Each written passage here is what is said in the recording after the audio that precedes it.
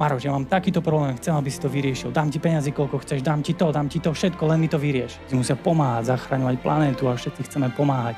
Lebo sa necítime dobre, preto chceme pomáhať. A sa vnútri necítime v poriadku, necítime sa dobre, necítime sa v prijati, tak my si myslíme, že to môžeme získať cez pomáhanie. A je to veľký omyl.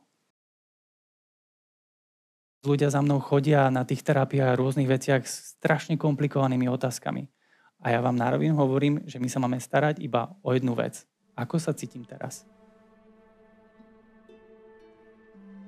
Buď sa cítim dobre, alebo sa necítim dobre.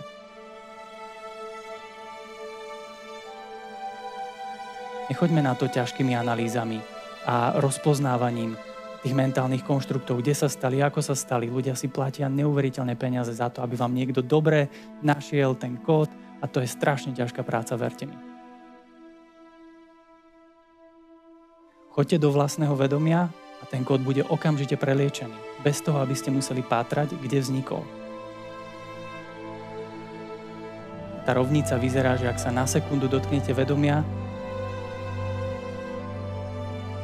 tak dokážete mať mesiac spustený samoliečebný proces. Si viete predstaviť, aká to je rovnica. Ako rýchlo sa vám začnú uzdravovať procesy, ako rýchlo vám začne byť dobre. Ako rýchlo sa vám začne opravovať život. V 1 sekunde dotyku s vedomím.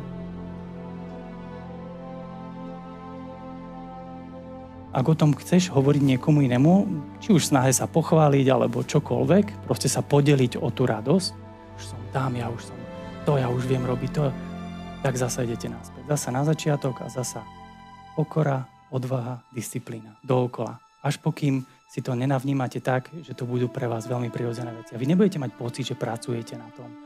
To je prirodzené, to je normálne, to sa bude diať. Vy o tom ani nebudete vedieť, budete sa ako keby vnútorne usmievať.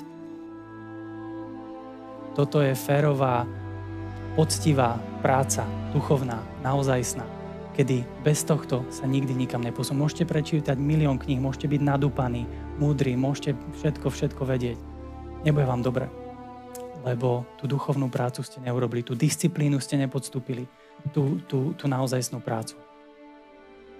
Vy teraz zbytočne na mňa pozeráte, že ten Maroš, aký je šikovný, ten všetko podstúpili. Je to úplne zbytočné, lebo dehonestujete tým seba. Vy ste rovnako takisto šikovní. Len je potrebné si na to spomenúť, že toto všetko dokážete robiť a to všetko môžete pripustiť si to a dovoliť si to. Dovoliť, to je veľmi dôležité slovo.